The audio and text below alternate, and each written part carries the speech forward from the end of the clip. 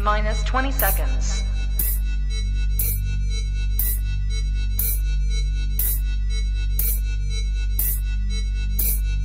10, 9, 8, 7, 6, 5, 4, 3, 2, 1. This is John Ward, welcoming you to another presentation of Tennessee football on home video. The story you're about to see unfold is one of adventure and achievement. It's the story of teamwork, commitment, and the will to win. Doesn't need a lot of... Oh! He took a weapon!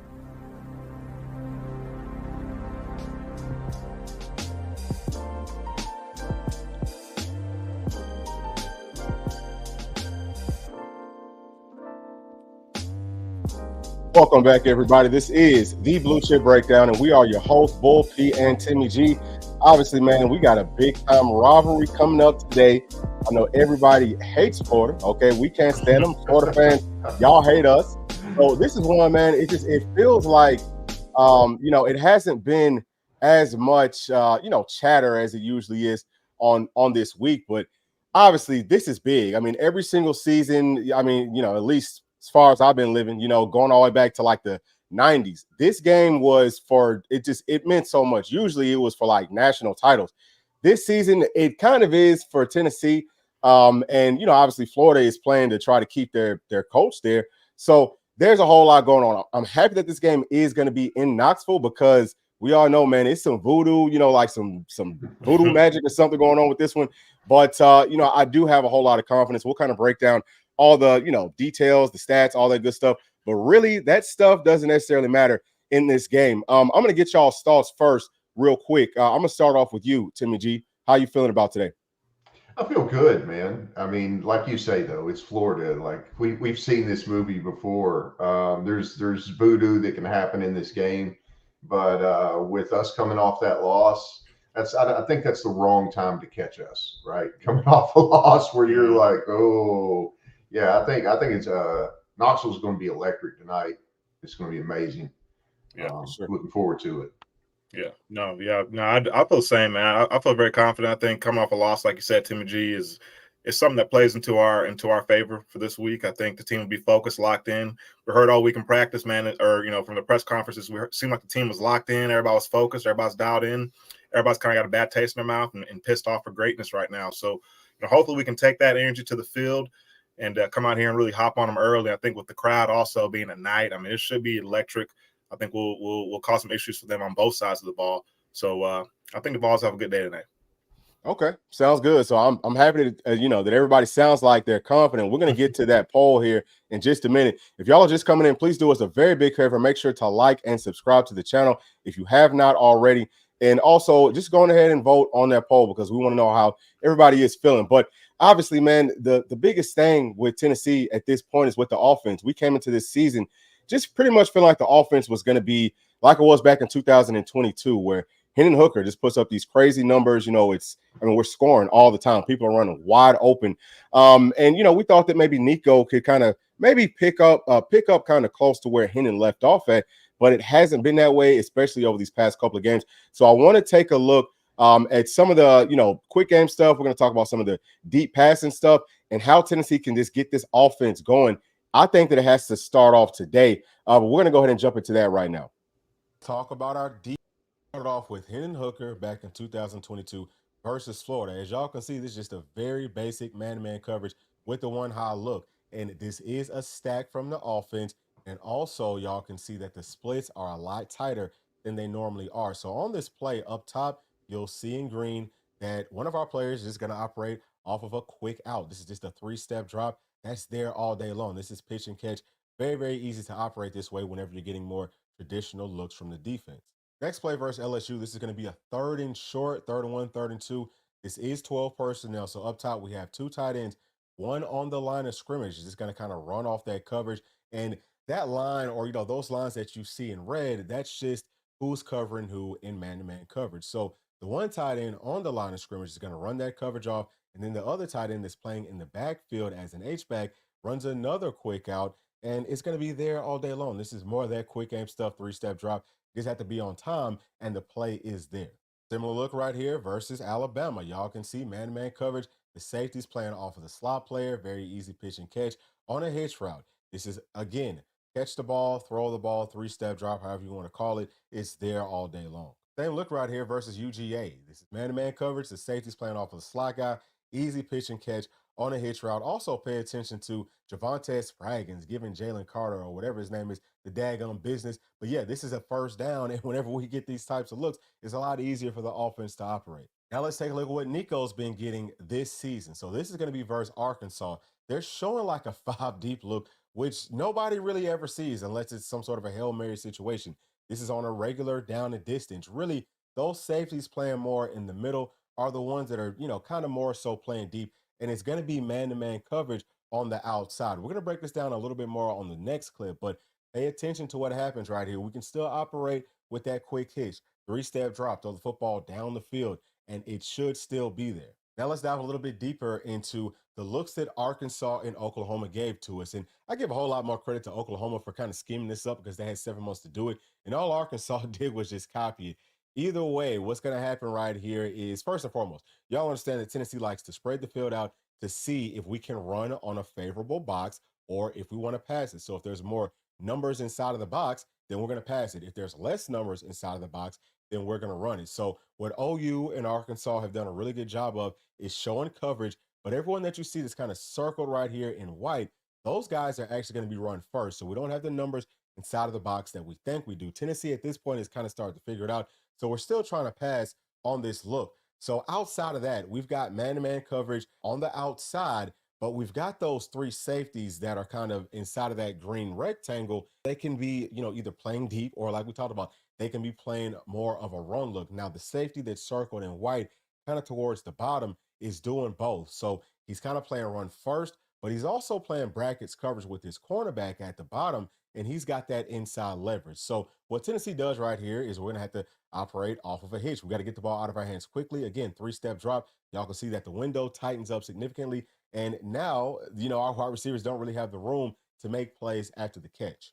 Now let's talk about what Tennessee can do to offset these looks that OU and Arkansas gave us. And I have to go back to the Oklahoma game because in the Arkansas game, we tried to hit it, but we just did not have that success. We just missed on it every single time. But believe me when I tell you, it was wide open. So all Tennessee does here is we're going to motion over this tight end so that safety has to motion over with them because we're going to have more numbers up at the top of the screen. And they have to try to play that a little bit more honest. So as this thing kind of rolls through, what you're going to notice is right here at the bottom of the screen, okay, we've got one-on-one coverage. Nico's got the room to kind of fit this football in on the slant, and our guys can win in one-on-one coverage versus anybody. Okay, we're going to go ahead and let this thing roll, and y'all will see what happens on this. It's there, and Brew is a dog, okay? He might not even be our most dynamic playmaker, but you see how he's making people miss down the field, and Tennessee can do this all the time. That's the thing. We just have to kind of switch some things up and be able to hit this on a more consistent basis. All right, so let me bring everybody back in here real quick. So I want to get y'all's thoughts. Basically, the whole point of that is just kind of showing the differences between what Hendon Hooker saw versus what Nico's seeing. And what I mean, obviously, you see that shell look, so you feel like you can't force the football down the field. It could kind of throw you off, but really at the end of the day, it's still kind of man-to-man coverage. We can still find people, like we can still get people isolated. And that's what Coach Heupel is going to have to do moving forward, for the rest of the season. If we want to get people out of that look, that's just one of the ways that we can do it. But what are y'all's thoughts just with Tennessee's quick passing game? Yeah, man. I mean, I think that was a great breakdown. I think that's exactly the type of stuff we've been talking about. I think you look at this offense, it's almost comparable to maybe a Navy, how Navy was back in the day, where teams are going to spend additional time preparing for it because it's a unique look. And we've seen that teams they saw 2022 and they knew what we had in Nico, and they have really invested a lot of time in our offense. I think every single team has had a Tennessee package that they've been working on, even going back since the spring. And so I don't think it's any mistake that we're seeing teams come out here with these new game plans and have a plan to try to stop us. And so, you get that 3-high look.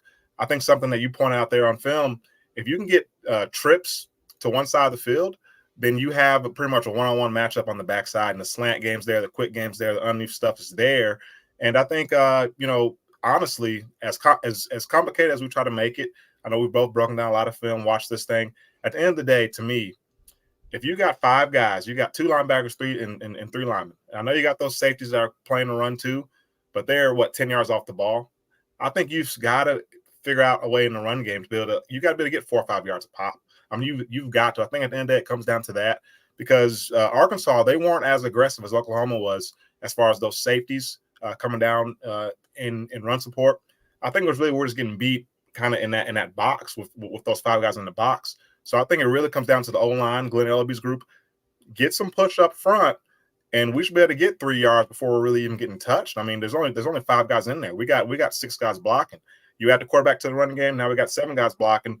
We should be able to do more in the run game. And I think it really still starts with being able to run the football because if you're playing that, you got, like you said, 5 deep look, we should be able to get 4 yards just rolling out of bed. So I think it still starts with the run game, in my opinion. Yeah, so let me say something here real quick because I understand what you're saying there, but going back and watching it, really, our offensive line did a good job of picking up who they were supposed to pick up.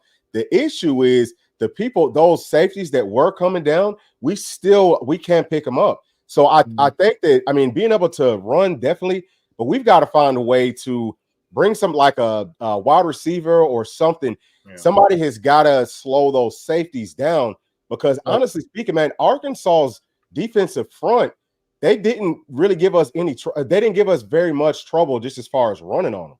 You know what I mean? Yeah. Yeah. I mean, we didn't get the push we should have got, but I think part of the problem too with the scheme is the run players are too slow developing. And so that's kind of how that third level can get into the box. Like we need some hit it now type play. Like just give him the ball and let him go. But Sampson, he's patient and that's the way it's schemed up, but he's waiting. He's waiting for the tight end to pull, or sometimes John Campbell's pulling. He's too slow pulling around. So he's having to wait instead of hit it. And by the time he hits it, everybody's coming to the box. So let's get downhill now, I think would be a good adjustment. Yep. So Timmy G, what do you think about it, man?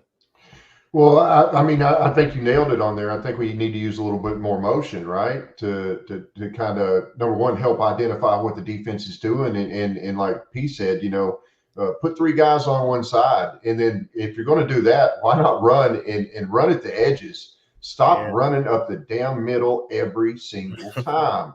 You got to give these guys different looks. I think you've got to use Nico. You've got to use Nico in his legs. You've got to take the training wheels off and bubble wrap off. And I'm not saying don't slide, don't get down, but you've got to use his legs. That was one thing Hendon, offenses were terrified of Hendon because of that, because of what he could do with his legs. You've got to put the fear of God in him with Nico and his legs. And use a little bit of motion, just be a little bit more creative on offense, take some chances. I think hopefully they're going to do that. I think Heupel is traditionally, he's been a offensive guru, right? Everywhere he's been. So, he's seen all this stuff before. Hopefully, that game last weekend lit a fire under him, and these guys are going to come out and play really aggressive. And, don't be as conservative. Go for it. Go for the juggler. That's what that's how we win. That's how we won with Hendon, because honestly, our defense couldn't stop anything then, right? We had to outscore everybody. Pretend your defense is bad and go for the throat. That's what I want to see. Yeah. Yep. Yeah. Sure. I agree. For sure. Yeah. So hopefully, all that stuff will happen today. Like I kind of talked about, there's a million different ways that Tennessee can find success versus these types of looks. They will find it. I mean, I guarantee they're going to have something dialed up. And I mean, even with that trips look, we can run backside on that. That's something else. We can even overload our offensive line and run, counters backside or any of that type of stuff. So, I mean, there's a lot of different ways. But I am expecting in this game that the staff has put that time in. And I mean, heck, let's draw up. I mean, I would say you try to install maybe 10 new plays every single week. I mean, why not? All the plays that we always run, they should know it well enough that you can install. So Tennessee's got to continue to keep things fresh with our offense, because teams are going to find ways to stop what we like to do. It's the same thing for every other team. And go ahead. I was gonna say, and here's a big piece of it too, is the O-line has to be better in pass protection. 100%. I mean, even watching the film, as much as we struggled to move the ball against Arkansas, there were still guys that were open. Nico didn't have time to even get to those reads. So I think we've got to figure out the pass protection, whether that's, doing less 7-mans or whether that's getting some new guys in there or rolling Nico out, whatever it is, or just the quick game, whatever it is. We've got to figure out a way to kind of nullify a pass rush. Right now, the O-line's they're not helping us out much at all. Yeah, for sure. All right, so we're gonna go right now into the deep passing game, and then we'll talk about that. And this right here, of course, is Hendon Hooker back in 2022 versus LSU. This man-to-man coverage with the one high safety look. The one high is the person that's circled in white. Now we believe that we can win one-on-one every single time, and we can. We're just gonna run right by you. We have a quarterback that can get the ball to the correct place. That's 6 points all day long, baby. Let's see it again. This is gonna be versus Alabama. Exact same principle. It's man-to-man coverage with the one high look, and we're just going to run right past them too. It don't matter who it is. We still got the guys. Okay, well, we had the guys then, and I think we have even more guys this season. Most of these that we're seeing with Hendo Cinco is going to be with Jalen Hyatt right here. Kind of the same look without that deep safety. So now the middle of the field becomes wide open. And, of course, we see that they're playing way off of Jalen Hyatt to try to keep us from running those deep go balls. But it still don't matter, because if you leave any openings, if you're playing man-to-man coverage deep down the field, we can make you pay. Now let's take a look at what Nico has. Exact same thing that we saw earlier with Hendon Hooker. It's man-to-man with the one high overlook. That's the guy that's circled in white. We're going to run right past you. Quarterback can make all the same throws. It does not matter. Fit it into those windows. Guys can still go. We still have ballers. There's no question about that. Now let's take a look right here versus NC State. A little bit of a different look like we saw earlier, where it's just single coverage. This time they're tighter up on the slot. So instead of trying to run something to the middle of the field, we are going to run a rub route with a wheel. And it's there. This is, again, going back to Coach Heupel being able to draw things up, use his playmakers the correct way.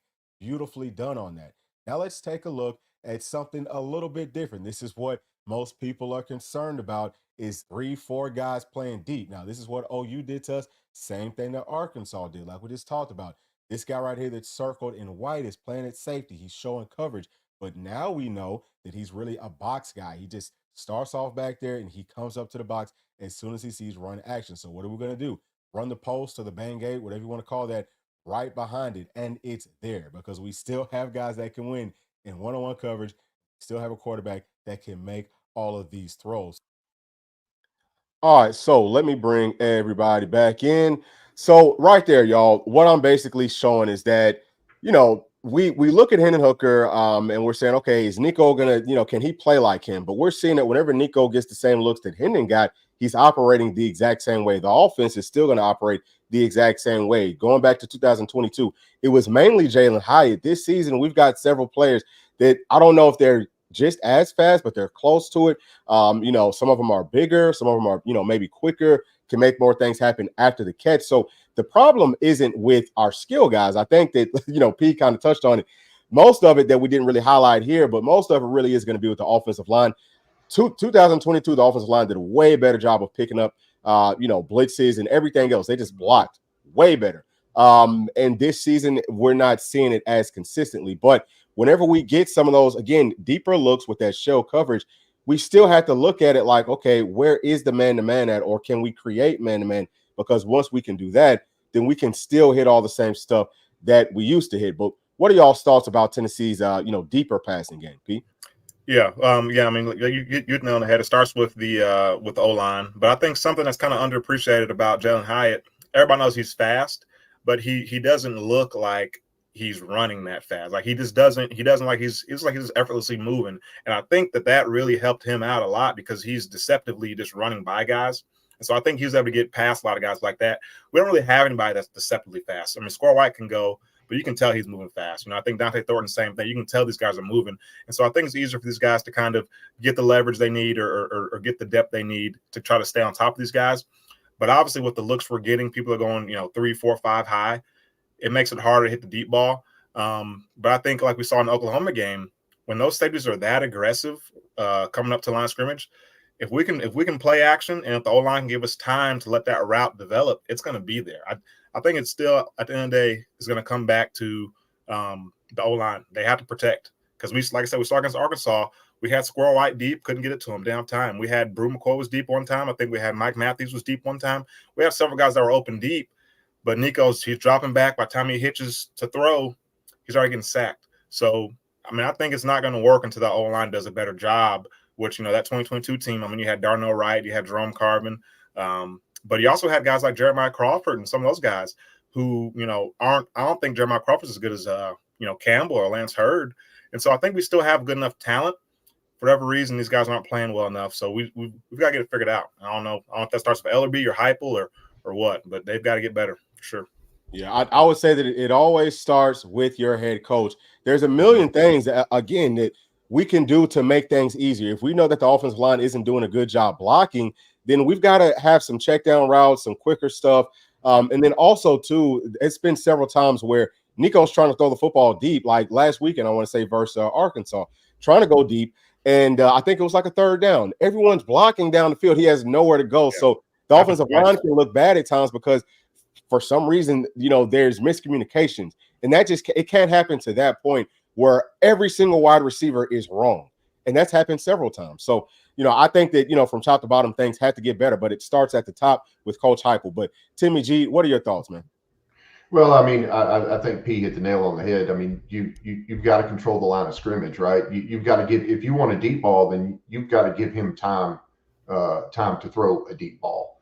But I think a lot of that can be accomplished with the run game, right? Get the run game going, getting some guys starting to cheat up, play action, some things like that to make some things happen.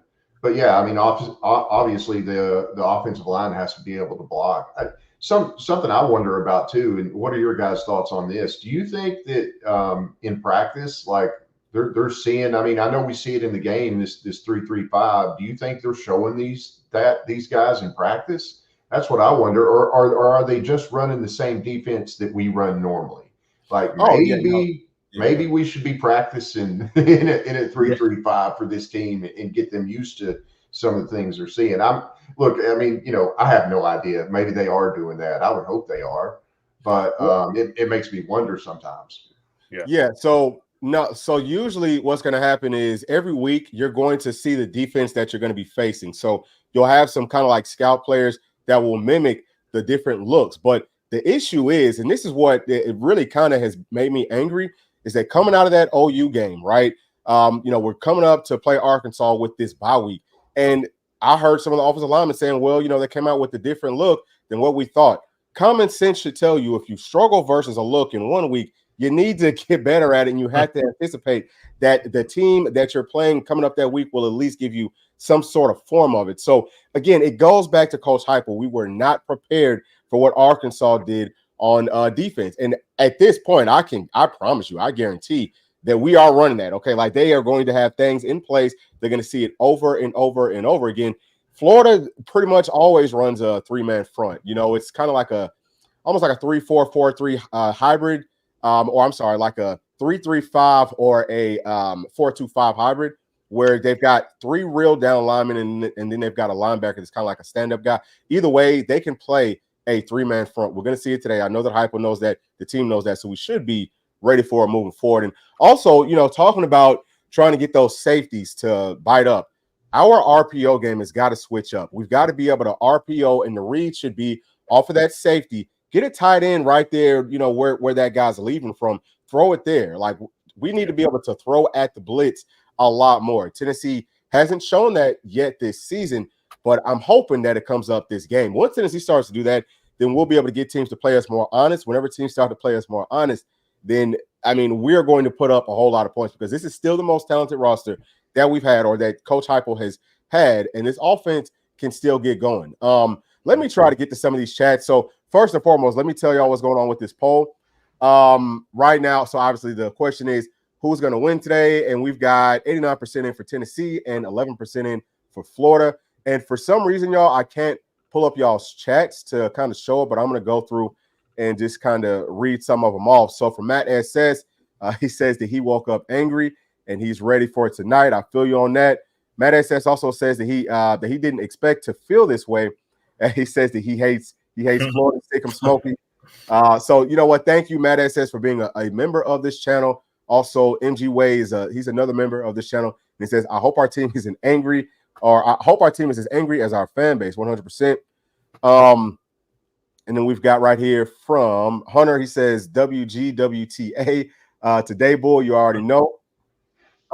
Corey Aldridge is saying that he's coming in late, but go Big Orange. What's going on, Corey? Okay, so we're gonna keep on trying to get to these chats more and more. I know that there are more that I need to get to, but we got a lot of things that we would like to talk about today. So let's go on ahead and pick it up, and let's talk a little bit about, well, you know what? Maybe we should talk some about Tennessee's run game, because, yeah, we've been talking some about how Tennessee does need to run the ball in this game. Mm-hmm. You know, forever, the team that rushed for the most yards won this game. So let's kind of break down Tennessee's running game. What are y'all expecting to see today, from Tennessee's running game? Well, I mean, hopefully we see something different than just the inside zone. Like we saw it there, the outside zone is there, man. Freaking outside zone these guys. And we've got to do a better job with the blocking scheme. Like you'll see on some of these plays probably, we could get an extra hat up to so this play right there, boom, good job. But if Kitselman, if he would have blocked the safety, because Campbell already had that end, he already had him under control. Move up to the safety. So I think we need to get better with just repping the run game and kind of, with these looks we're getting, knowing who to block, because I think a lot of times, like we got two guys doing the same work. We're kind of double dipping. Go find some new work, and that would open up a lot more holes for these guys. But I mean, I'm expecting us to have a good day running the ball. Hopefully, we didn't have Cooper Mays last year when we played these guys, and it showed. Man, we're getting whipped up the middle all night long. So we'll see how much of a difference Cooper makes this year, because I think Florida has a pretty stout D line. Yeah. So Timmy G, what are you thinking, man? Run the ball, and run the ball some more is what I'm thinking, man. That's what I'm about. No, man, I mean, just work the outside. Like, don't be so predictable. Don't just go off tackle or off guard every time, right up the middle. Work the edges, man. Work the edges, and I think that's going to open things up for us. A little note, shout out to VolQuest. I watch a lot of VolQuest, man. Those are my guys. Oh, yeah. Like Austin P is he is the GOAT when you're talking about recruiting and some of the stuff they have on there. Well, Eric Kane had Jabari Davis on there, Juice. And he was a Gator killer, and he said he was going down there to talk to those guys today pre-game and fire them up. And man, D Samp's amazing. He's an excellent runner. Bishop's amazing. I'd like to see Cam Seldon be able to get in there, but I think for them, before we're going to see something like that, I think they're going to have to establish a series and actually move the ball before we do that. Just number one, no dumb penalties, right? Don't get behind the chains, things like that. Those are drive killers. Like, go out, play clean, and establish the run. And if we can run the ball, we can win. A&M murdered Florida with what they put up 300 something yards rushing against them. I think it was 310. Then Mississippi State put up 240 on them. Yeah, look, run the ball and run the ball some more. Make them come up and try to stop that run. And as soon as they try to do that, what they'll be doing. If they can't stop the run, I don't foresee them staying in at 3-3-5. Do you? Absolutely not. So just run the ball, man. Run the ball some more. Get Nico some confidence. Let the O-line wear those guys down. You know what I mean? And let's go for it. Yeah. Absolutely. And this is something that we had talked about earlier. I want to say, what was that, on Tuesday, maybe? Or maybe it was on Monday. Either way, we kind of talked about how Florida's defense, if you look at the stats and you say, okay, you can run on this defense. A&M, they ran to the outside a lot. Tennessee does not run to the outside very much. So they killed them there. And then what we saw versus Mississippi State is Florida tried to overcompensate to the outside. Mississippi State ran some of that stuff to the outside, but they were able to work more counter stuff, more of that gap scheme, pull in, counter trays, all that type of stuff. And then they were able to work the middle of the field more versus Florida. Now, I think that Tennessee's offensive line, especially run blocking, I think that that's where we are at our best. If y'all, going back through those clips, y'all saw it, right? I mean, those guys were blocking who, they were once they got on somebody, they were able to physically dominate them.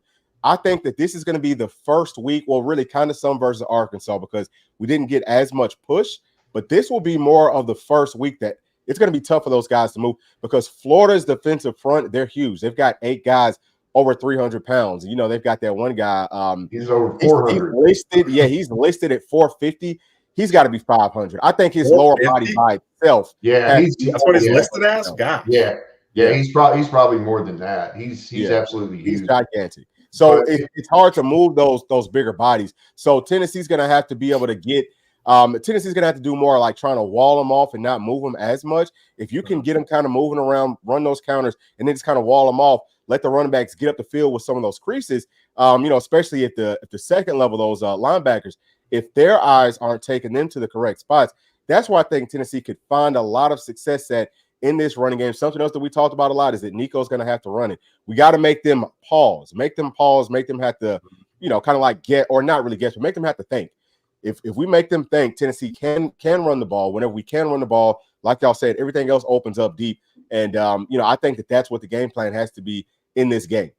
And just like Timmy G said, I know you said it too, Bull. Let's get some motions. Let's fake the jet sweep, and then we're going to actually hand it off to the running back going the opposite direction, or fake the jet sweep, QB keep it, and let the running back go lead block for you. Like, we've got to get these guys' eyes going 2 different directions, because that one split second pause, it makes such a huge difference, not only in our ability to get extra yards, but for the linemen to get up to that second level and get better leverage, get a better block.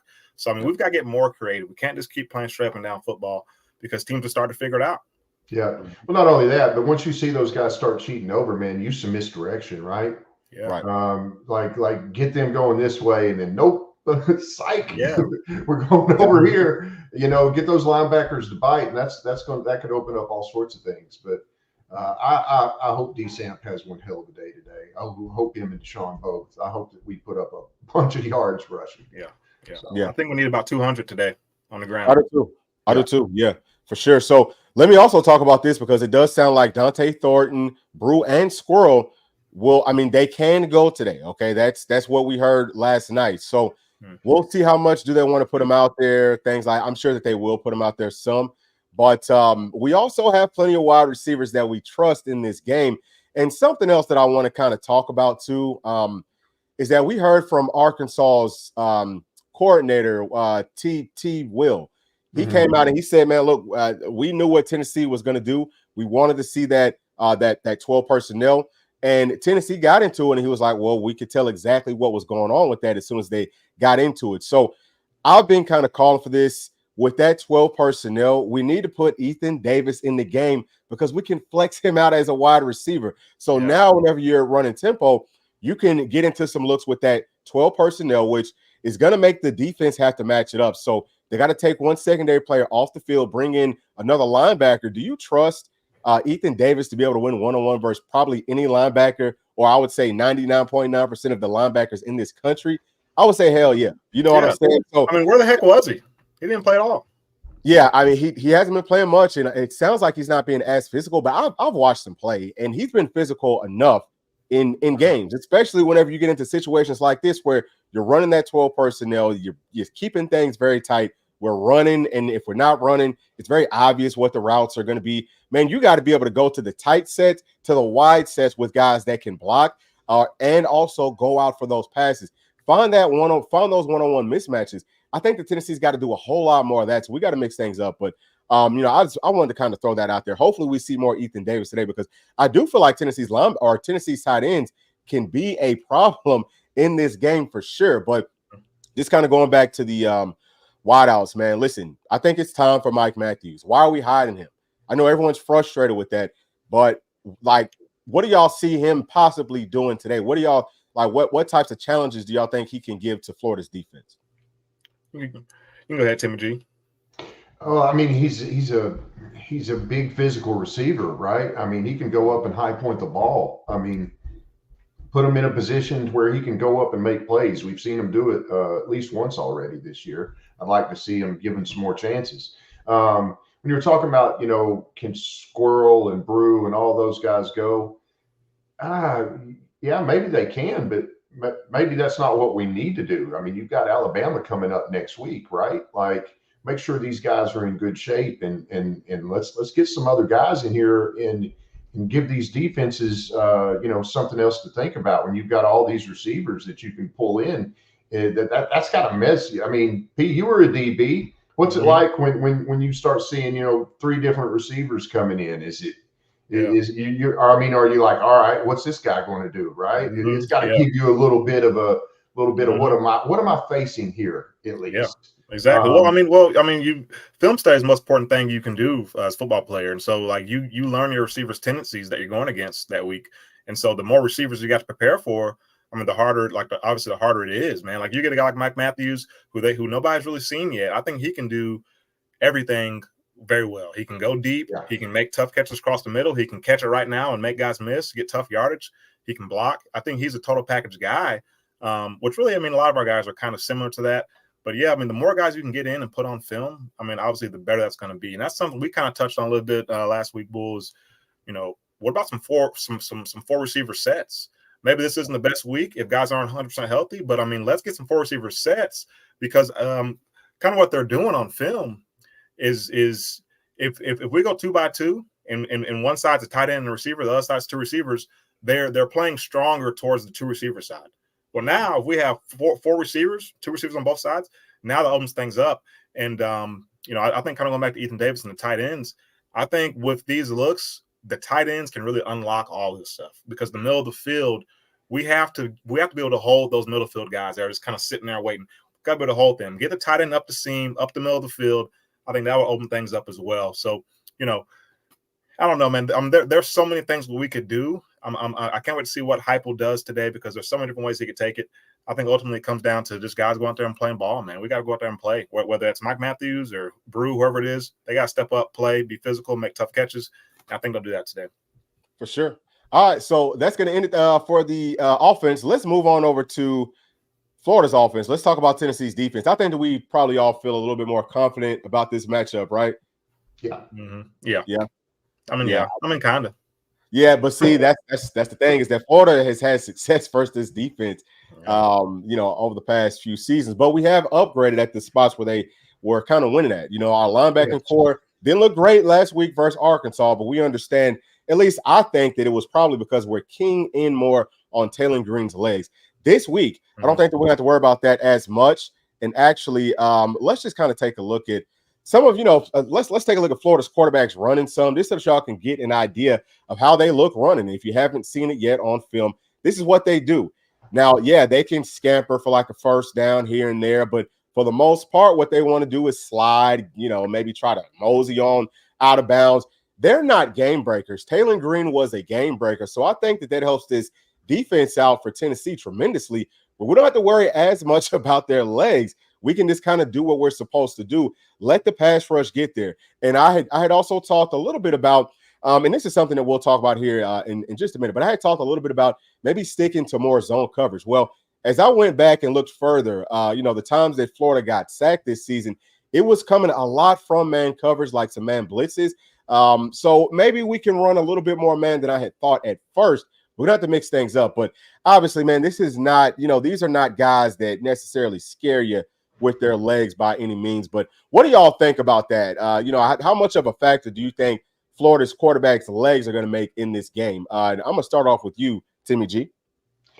I mean, it could be a factor, but I honestly, I don't think we should come out game plan for that, right? Like we should just play our defense and play the way we want to play. If that becomes an issue, okay, then move a guy over, put a spy on him and do something about it. But like you said, neither of these guys are Taylor Green. And I honestly thought, I mean, the guys did great. Don't get me wrong. We held them to 3 points in the first half, right? But I also felt like, with us playing that way, maybe if we had played a little more aggressive and weren't spying him so much, who knows, maybe we could have forced a turnover. Maybe we could have made some things happen. But their running does not concern me. I think what should concern us is middle of the field, right? Florida lives and dies off middle of the field. Take that away from them and that could be huge. But look, go out and play aggressive. This is our house. That place is going to be wild tonight. I promise you. That's a different environment, especially for Lagway coming in there as a freshman, coming into Neyland. He's never seen anything like that. It's going to be absolutely electric. Is it going to affect Graham Mertz as much? I mean, outside of him getting the Seagulls in, no, I don't think so. I mean, this guy's been around the block a few times. But look, I would just play really aggressive and see what happens. That's what I would do. Yeah. No, man, I think you hit the nail on the head, Timmy G. You don't really need to game plan for these guys' legs. I think it's an adjustment that you could kind of go to if you need to. But you look at here, kind of what they do in the pass game. Graham Mertz, he's pretty accurate with the football. I know he has a very high completion percentage. I think the other guy, Lagway, he's not as accurate. But 70. Hey, look, almost 72%, and then Graham is at 77. Yeah. So they're both operating at a high clip, but the main reason I think is because of their offense. I like their offense because it does a lot of misdirection and things like that. Timmy G, you said the middle of the field, and I agree. I think the middle of the field, but really, the linebackers and nickels. I think the middle of the field as well as kind of those flat routes, right? You get that jet sweep motion, fake it to them, but then you end up dumping it to them in the flats. I think you'll see a lot of that type of stuff as well. I'm not as worried about that type of stuff. The deep ball, I think we'll be fine there. I think our pass rush will be able to get home some too today if they want to try to go deep on us. But I think that's our biggest priority. Like you said, man, protect the middle of the field and it's really any of that short kind of 5 yards up type stuff, kind of out on the perimeter as well. Yeah, so let's take a look at at Florida's offensive line and pass protection. Take a look at some of the times that they got sacked. What I've noticed, again, you're going to see a lot of man-to-man coverage, kind of blitzing. Sometimes they'll just have some different looks, but it's just more about understanding tendencies, understanding when to bring this blitz, kind of take away where they like to go, understanding that Graham Mertz really wants to check it down. And even on several of, the deeper passes that we've looked at, and, we'll kind of get to more here in just a minute, it's really off of a three-step drop. If, if we can kind of have that covered up, down the field, and also just, make sure that we're kind of keying in on that underneath stuff, just somewhat, then we can either force him to throw it there or make him hold on to the ball for like a click or, for like a tick longer, and we can get to him. Whenever they try to go 5 to 7 step drop, which is what y'all are seeing more here. Yeah, I mean, they are getting home, and I think that our guys can get home too. Now, I don't think that Florida's offensive line is some slouch. A lot of people are like, oh man, the offensive line sucks. Even still, like, just looking at this, these are plays that, they're getting sacked on, but at the same time, man, 3-4 seconds. So I think that the offensive line is actually pretty decent. It's going to be a challenge. I don't think it's going to be as easy as some people think. There's a lot of stuff that I think is out there about Florida that's just not right. You know what I mean? They've only given up, I think, maybe 6, maybe 8 sacks all season. Tennessee, I know that Nico's been sacked 10 times. So that should tell you. And I think Florida's played up against better competition than Tennessee has. So I think that says a whole lot. But what do y'all think Tennessee tries to do just to maybe getting after these quarterbacks? And obviously, it'll be a little bit different going up versus Mertz than it's going to be with Lagway, because Lagway, he can kind of escape more. But what do y'all think the game plan should be? Should we blitz more, or should we just try to bring 3 or 4 and let the coverage kind of sack them?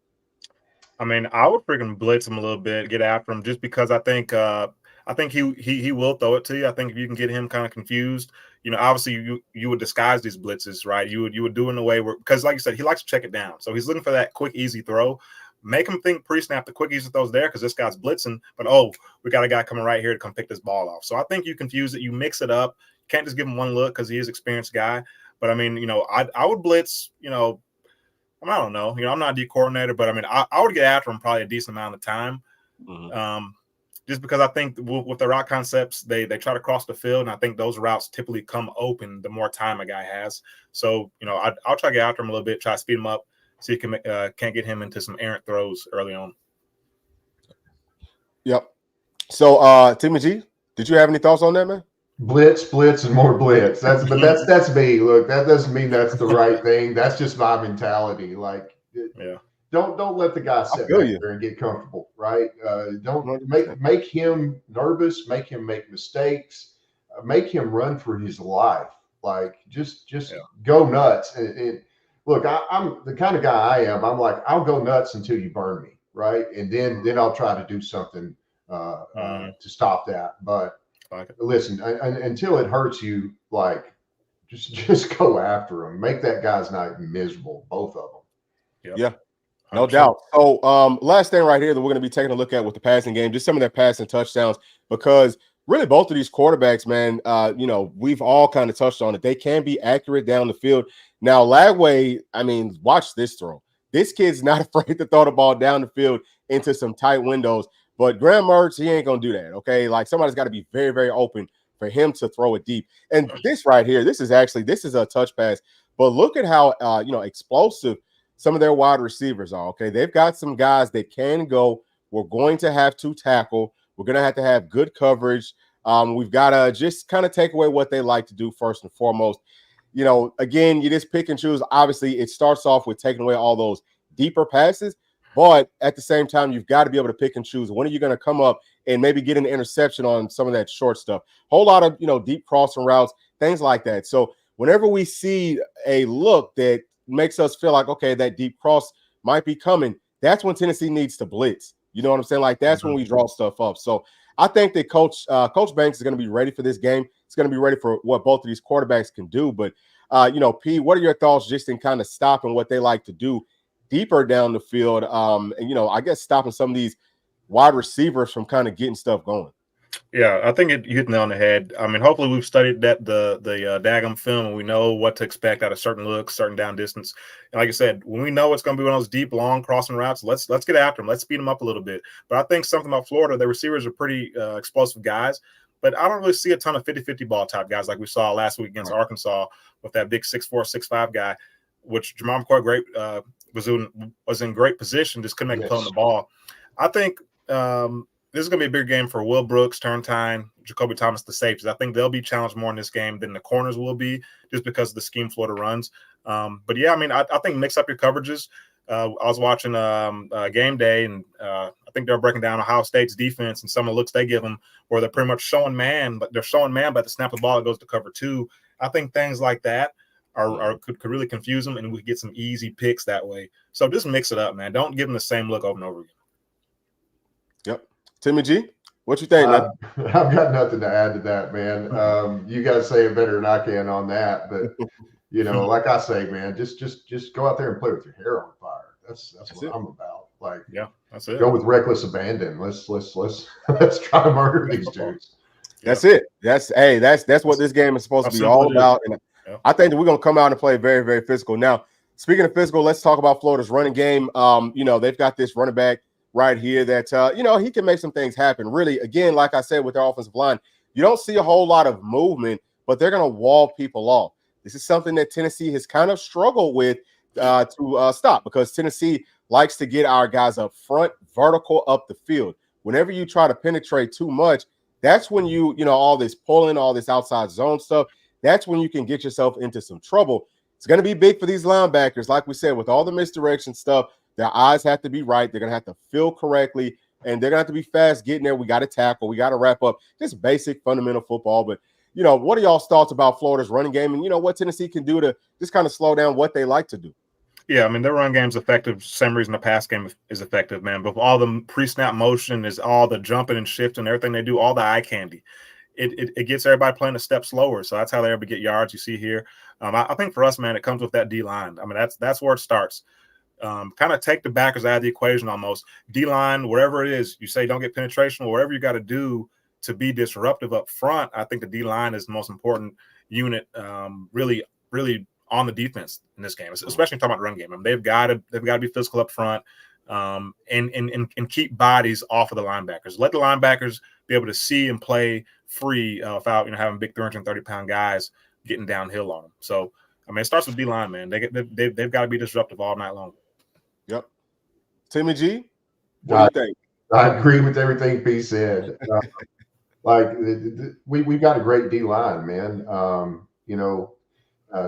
Big O, Big E. I mean, those guys should eat today. I hope they do. Yeah. They have been marvelous against the run. You know who else has been marvelous against the run? Joshua Josephs. Oh man, yes, he amazing against the run. Great. And honestly, man, James Pierce, everybody was like, oh, but he's no good on the run. The dude has been amazing on the run this year. Yes. Look, his stats as far as sack wise, if you're one of those guys, you only care about him getting sacks, then okay.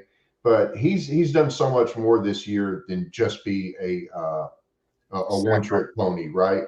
Like he's to me, I think he's improved his entire game. He's a much more complete football player than just a pass rusher. I agree. So I agree. Yep, for sure. All right, so I'm going to real quick because it's almost time for us to make our picks. Actually, we need to go ahead and jump into that here right now. And listen, y'all, again, I am sorry that I can't get to y'all's chats. I don't know what's going on, but I can't. It's not letting me pull them up. So we're gonna go ahead and jump into these picks real quick though, because guess who is in the lead right now? Yes, sir. So I am 17-10. P, you starting to kind of catch up at 11-8, and Timmy G, you still holding strong. I mean, this is actually really close at 16-11. So I want to try to switch this up some this week, y'all. Instead of always just picking outright, we can all pick just one every single week. One team that we think is, or one game where we think that the spread will either get covered or that it won't get covered, and that can count as a win or as a loss for y'all. So we are going to go on ahead and start this thing up. Let me get to right here. First game. Alabama was favored by 21 points. I don't know how much that line has moved since last night. The over-under is 50.5. And I'm going to start off with you, P. Who you got? I like Bama in this one, man. I think they come off the. I don't know, this is actually tough. This is a tough one, man. Because was that a fluke last week against Vandy, or is that really who Bama is? Is that really? I don't know. I think we saw who they really are in the first half against Georgia. I think they are a good team. I don't think they're an elite team. I think they're still a 2-3 loss type team though. But I think they come out here today, get it done. It's at home, 12 p.m. I think they're ready to get that taste out of their mouth. I like Bama to win this one. I don't know if they cover. I'm gonna say they do. I'm gonna say 38. Well, hold on now. So look, you can pick the cover, but you gotta let us know because you can't pick and then also pick the I thought you were saying that I just pick one game. I can't pick a winner, so I just say I pick the spread. But yeah, I'm gonna say I'm gonna say Bama wins this one. Okay. All right. So Timmy G, what you got? I'm taking Bama all the way on this. I think South Carolina's catching them at the wrong time, right? Coming off a loss, they're going to be fired up. They're going to be ready to, show everybody that was a fluke. I'm taking Bama, sure. Yeah, so I think that I'm going to take Bama too, but I understand P's pause because I do feel like South Carolina is a better team than they showed last weekend versus Ole Miss. Y'all know that I actually picked them to upset Ole Miss last weekend. The thing about it is they're built strong up front, and I think that they can get after Alabama's quarterbacks. I think that they can kind of slow down what Bama likes to do, throwing the football all the way down the field. So it could be an issue. The thing about it with South Carolina, the Sellers played terrible last weekend. He looked like a freshman. If he comes back out, if he played more like he did versus LSU and uses his legs more and just makes plays, if he plays loose, this game could be a whole lot closer than what that spread is showing. So the Red River rivalry or the Red River shootout, whatever y'all want to call it, is going to be at 3:30 this week, or I guess this year. It seems like before it was at noon. Either way, man, this is going to be in Dallas. We all know that it's at a neutral site, Texas versus OU. Texas is favored by 14.5. The over-under is 48.5. P, what you got? So I think this one I feel most confident in betting on the spread, man. I think Texas wins this one. I think they win it pretty big. I know it's a big rivalry and crazy things happen, but Oklahoma's offense, man, I just don't believe in those guys. They don't have an offense. Yeah, they still got all the receivers are still out. I think they still got some linemen out. So I like Texas to win this one. They may not score a ton of points, maybe like a 28, something like that, but I don't think Oklahoma will score more than 10 points this game. Wow. Timmy G? Man, this was like the toughest game to pick, and I know that might sound crazy, but this has traditionally been a slugfest. Like historically, Oklahoma is up in the series, right? I think they're leading the series. Man, this is one of those games with voodoo. It's just it's Auburn, it's Auburn, Alabama, it's Tennessee, Florida, it's that kind of stuff. Like black magic happens in these games. Even sometimes the best team doesn't always win. It's just some voodoo was performed on the field. I'm going to take Texas. I just wonder if they'll cover. But who knows, man? I agree with you. I think Oklahoma doesn't have a great offense, but this game just, I don't know. It gives me some pause. I'll take Texas to win. I'm not so sure on the spread. Yeah. Okay, yeah, I'm gonna pick Texas too. I think that Oklahoma can maybe hold some types of problems in some situations, but I mean, really, from top to bottom, Texas is so much better than Oklahoma is. I think the Oklahoma defense has been overrated all season. I've been telling y'all that. I think that Texas is going to prove that today. We're going to see whenever you get into some of those, tighter bunt sets and all that type of stuff. You can't really, you can't run these like gimmicky types of defenses and beat what Texas likes to do. Also, Texas's RPO game might be the best in the entire country. I just think it's going to be too much. Now, I know that OU's going to kind of understand Texas's tendencies, but I pick Texas to win this one, and I think that they'll probably cover that spread as well because OU has no offense. Next game is going to be also at 3:30. This is going to be Penn State versus USC. It's going to be at USC, and Penn State's favored by 3.5. The over/under is 50.5. What do y'all got for this one? I'll start off with you. Yeah. So hey, real quick, Bull, I'll let you know too. I think your mic's going in and out. I think you're switching from mic to laptop. Just FYI. Okay. All right. Thank you. But man, this game I've actually watched a ton of film. I probably watched most film on these two teams because I knew probably the least about them. I mean, Penn State. I mean, they're athletic on defense, but they just kind of give things up. I mean, it's kind of tough to really quantify what's happening there. And then USC, when I watched them on offense, I thought I would see more, but they don't impress me on offense side of the ball. I think their defense is a little better than I thought it was, but they don't impress me on offense. I mean, I went back and forth. I thought Penn State blew them out. Then I said, well, maybe USC has a chance. Now I'm kind of back to where I started. I think Penn State wins this one pretty handily. Go back, watch that Michigan film with USC versus Michigan. I mean, they cannot stop the run against a big, imposing O line. I think Penn State has a really good O line. They can run the ball well. The only issue with Penn State's offense, similar to Michigan, is their quarterback. I mean, he's very inaccurate. He's very, very inaccurate. So, I mean, like I say, it's been a good game. We see the time zone difference, all that stuff. But I think at the end of the day, Penn State's too physical. USC is still a Pac-12 kind of body type. They're not really haven't built in the trenches yet. I think Penn State wins this one in kind of one of those slow, grinded out type games, 24 to 13 type of Penn State. All right, Timmy G. Uh, I'm with P on this one. This is one of the ones I looked at and I was like, man, I don't know because it's the problem I have when I try to pick anybody who's outside of the SEC is a lot of times I feel that they're playing inferior opponents, right? So it's hard to judge. Like Big Ten or whatever they are now, like there's a couple good teams in there that just walk through and manhandle everybody until it gets to the end of the season. That's kind of the way I feel about Penn State and Ohio State, teams like that. I'll take Penn State for almost the identical reasons that Pete mentioned. So Okay. So I'm going to go opposite of y'all just to kind of be different. I'm going to go with USC. They're playing at home. I know that their offense can score. Penn State has a good defense, but I think that, we'll see. They haven't really played up against any offense like what USC can do. They're going to have really good athletes. Now, one thing that we know about Coach James Franklin is he knows how to go out and get athletes. So Penn State maybe can match up right there, but the problem is going to be that they don't have an explosive enough offense.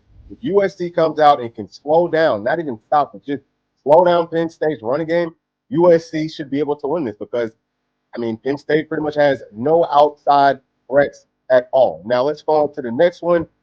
We've got UGA at 4:15 is going to be playing up against Mississippi State. The game is going to be in Athens, and Georgia's favored by 34 points. The over-under is 54.5. Mississippi State might be the worst team in the SEC. I think it's going to be closer than this. I'll tell you that real quick. Who you got? And we are kind of getting up against the time. It is 12:01. So let's I'll be quick. I want to pick Mississippi State, but man, they're really weak on the interior of that defense. I think Georgia will actually get the running game going today. I think they'll win and they'll control the ball. I think they'll come really close covering that spread today, unfortunately. All right, Timmy G. Georgia all the way. Like Mississippi State is just totally outmatched here. Would I love Mississippi State to win? Of course I would. I'd love to see them beat Georgia over the head with cowbells all day long. But Georgia at Athens, that's a tough place to play Georgia all the way. Okay, so look, I'm gonna put myself into a crazy situation. This is gonna be my pick where I'm going to take Mississippi State with this spread. I think that this game will be closer Okay. than 34 points. But I still think Georgia wins. Okay. So let's go on to the next one. We've got Ole Miss playing in the real Death Valley at night, 7:30. And it says up there that it's at Ole Miss. I'm sorry about that. This game is going to be at LSU.